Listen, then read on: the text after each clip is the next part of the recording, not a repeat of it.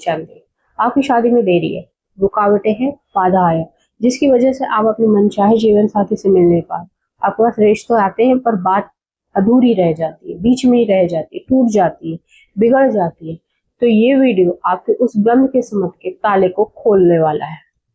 आज मैं कपूर और तेज पत्ते का एक सरल उपाय बताऊंगी, लेकिन आपको अधिक मास में अधिक से अधिक करने और आपके जो विवाह का योग बहुत शीघ्र बन जाए, बहुत शीघ्र आपकी शादी हो जाएगी। आप बस इस उपाय को बड़ी सच्ची निष्ठा और विश्वास के साथ करें और मेरे इस वीडियो को स्टेप बाय स्टेप भी देखें, क्योंकि लास्ट स्टेप अगर आपने मिस किया तो इस उपाय का कोई भी रोल नहीं है। वो तभी सिद्ध होगा जब आप इस लास्ट स्टेप को ध्यान से करिएगा। ठीक है। ओम शांति। आपका दिन बढ़िया हो, आप अच्छे अच्छे कर्म करिए और यही मेरी शुभकामना शुभकामनाएं। देखिए, आज का उपाय तेज पत्ते और कपूर का है। तेज पत्ता सिर्फ एक मसाला नहीं है, इसमें दो तरह की प्रॉपर्टी है, दो तरह की इसकी क्वालिटी बोल सकते हो आप इसको। एक तो आप जो भी अच्छा करते हो ये सोख लेते हैं, और दूसरा इसमें हीलिंग पावर है। आपकी जो ब्लॉकेजेस है, जो बाधा है, उसको ये हील करता है, उसको सही करता है। और अगर साथ में कपूर मिल जाए तो सोने पे सुहागा होता है, क्योंकि कपूर से जो रिचुअल्स करते हैं, ठीक है, वो इटसेल्फ जिसको कहते हैं स्वयं में ये बहुत प्रभावशाली होता है। आपकी सारी बाधाओं को खत्म कर सकता है, सारी नकारात्मक ऊर्जा को खत्म करने की शक्ति होती है कपूर में। जैसे हम भगवान की पूजा करते हैं, है ना, हम पूरा पाठ कर लेते हैं, पर कहीं ना कहीं हम इंसान ह्यूमन बींग्स हैं, हमसे गलती हो जाती है पूजा पाठ करते वक्त। लेकिन जब हम कपूर से आरती करते हैं तो हमने जितनी भी त्रुटि करी है पूजा करने में, रिचुअल्स करने में, उपाय को करने में, वो सारी को हील कर देता है, सारे ब्लॉकेजेस को खत्म कर देता है, सारी बाधाओं को खत्म कर देता है। इसीलिए कपूर से आरती करना चाहिए। बहुत लोग दीपक से भी कर लेते हैं, पर कपूर की बोलना बताया ना, अलग ही महिमा है। और ये जब ये मिल जाए तो सोने पे सुहागा होता है। ठीक है। तो आज के उपाय के लिए आपको क्या क्या चाहिए? एक तो तेज पत्ता, जो कहीं से कटा फटा ना हो, सीधा सुथरा हो, साफ सुथरा। और दूसरा एक कपूर। और जो तीसरा चीज चाहिए वो कटोरी, प्लेट या कोई भी आप बर्तन जिसमें आप उसको, या मिट्टी का पात्र। ठीक है। तब अब ये उपाय कौन कौन कर सकता है? कोई भी कर सकता है जिसकी इच्छा है शादी करने की, और जिनकी अपने बेटा या बेटी की शादी करवाना चाहते हो, माता पिता, भाई बहन, कोई भी रिश्तेदार, चाचा चाची, जो अपने बेटा या बेटी के और अन्य रिश्तेदारों की शादी जल्द से जल्द करवाना चाहते हैं, वो ये उपाय कर सकते हैं। दूसरा महत्वपूर्ण चीज कि आप ये उपाय करोगे तो आपके मन के अंदर विश्वास होना बहुत जरूरी है।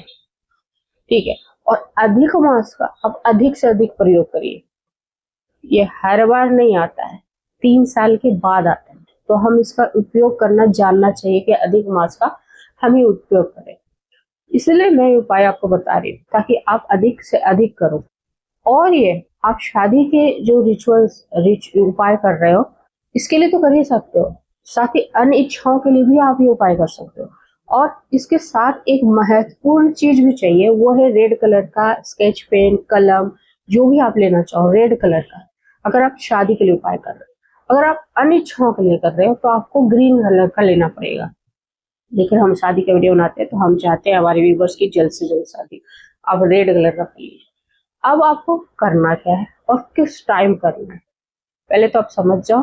कोई भी डे फिक्स नहीं, अधिक मास का हर दिन शुभ है, हर दिन आप उपाय कर सकते हो।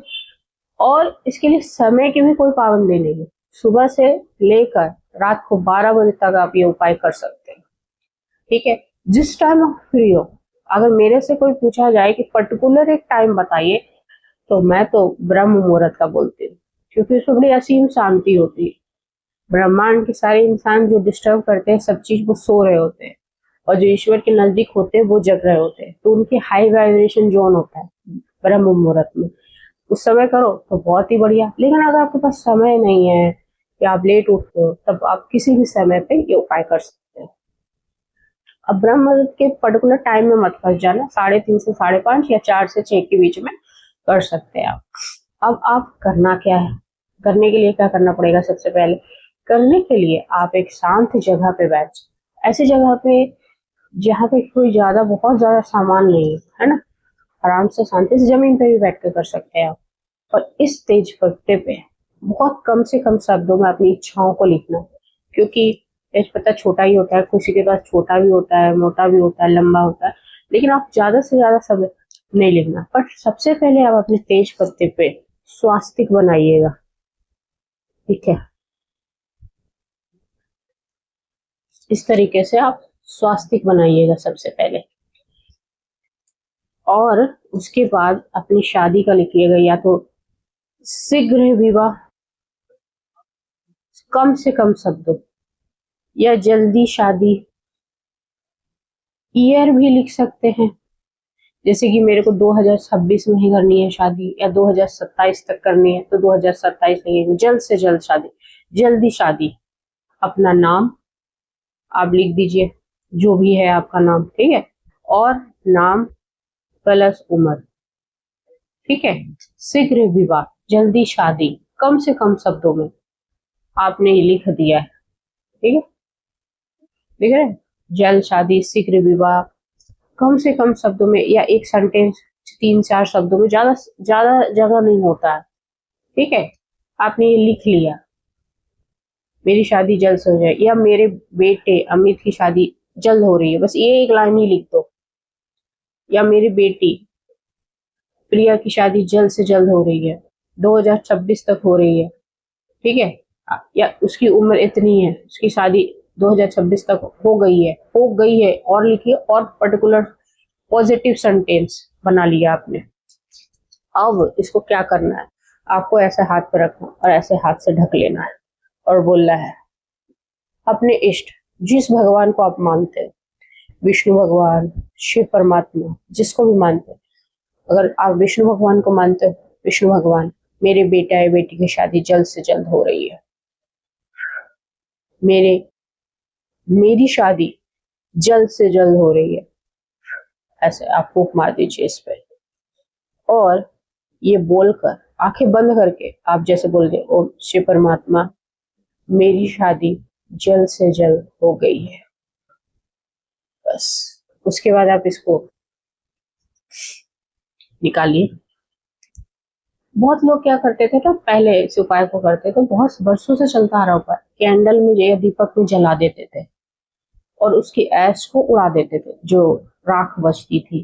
लेकिन क्या होता है, आज तो मैं देखो, हिंदू पारंपरिक हिसाब से इस कपूर का भी उतना ही महत्व है। ब्लॉकेज इसको खोलेंगे, हम इसको कपूर से जलाएंगे, इसके ऊपर कपूर रखेंगे, और जो स्टील की कटोरी ली है उस पर रख के हम जला देंगे, और इसको जलते हुए भी देखना है।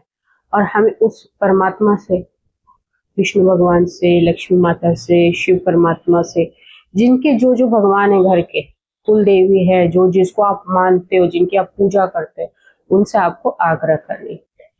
जलते हुए देखने के बाद अब जो ये राख बची है, राख बची जाएगी, ठीक है? उसको आपको करना क्या है, उसको आपको बाहर ले जाना है और पौधों में डाल देना।